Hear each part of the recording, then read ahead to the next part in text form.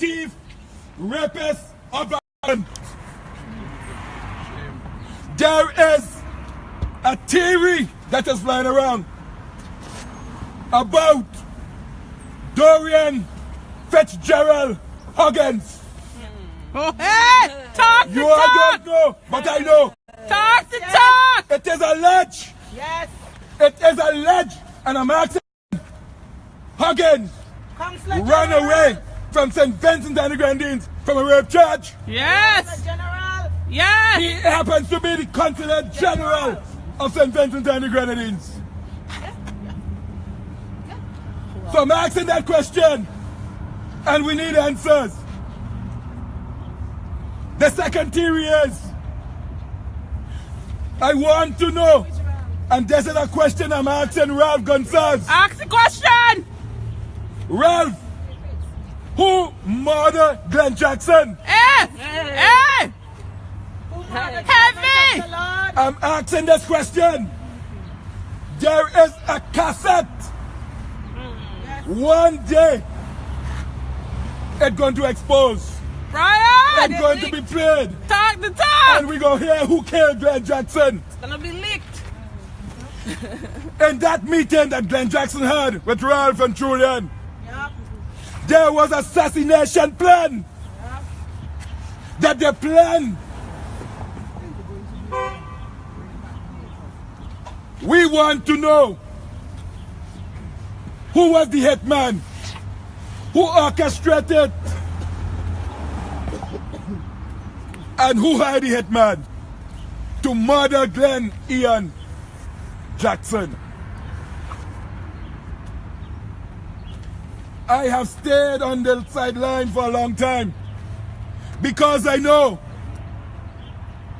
when I do ready to explode, not even the volcano in St. Vincent can stop me. Hey! Hey! And the time is not too far from now.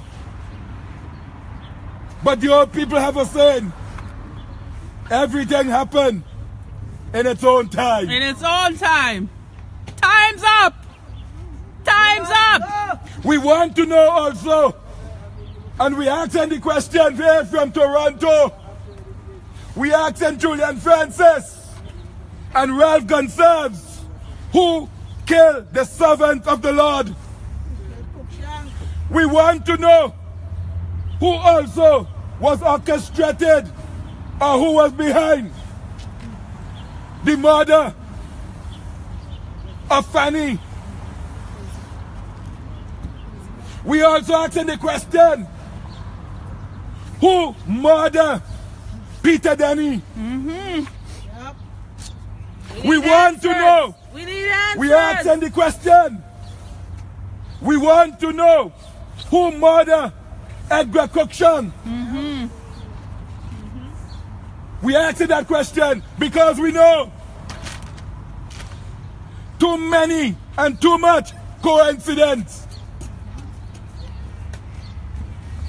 So the time has come where there's more answers than questions. Yes. We need answers! But we need answers. We need it! We need it! I remember Lord property. that Susan Jackson says at the end of the trial of the little boy from my constituents, she said, I don't want to scapegoat justice. No! Not at all! But she said she don't want scapegoat justice, but she get good justice. Hey! Yes. Hey! Hey!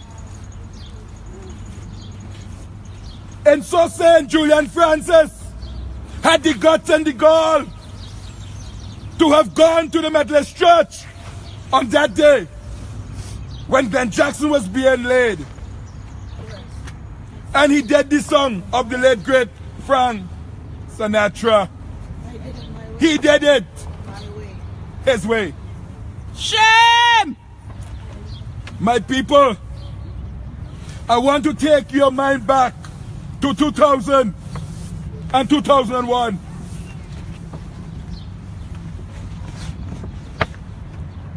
When Ralph Gonsalves and Julian Francis protected his home in French's.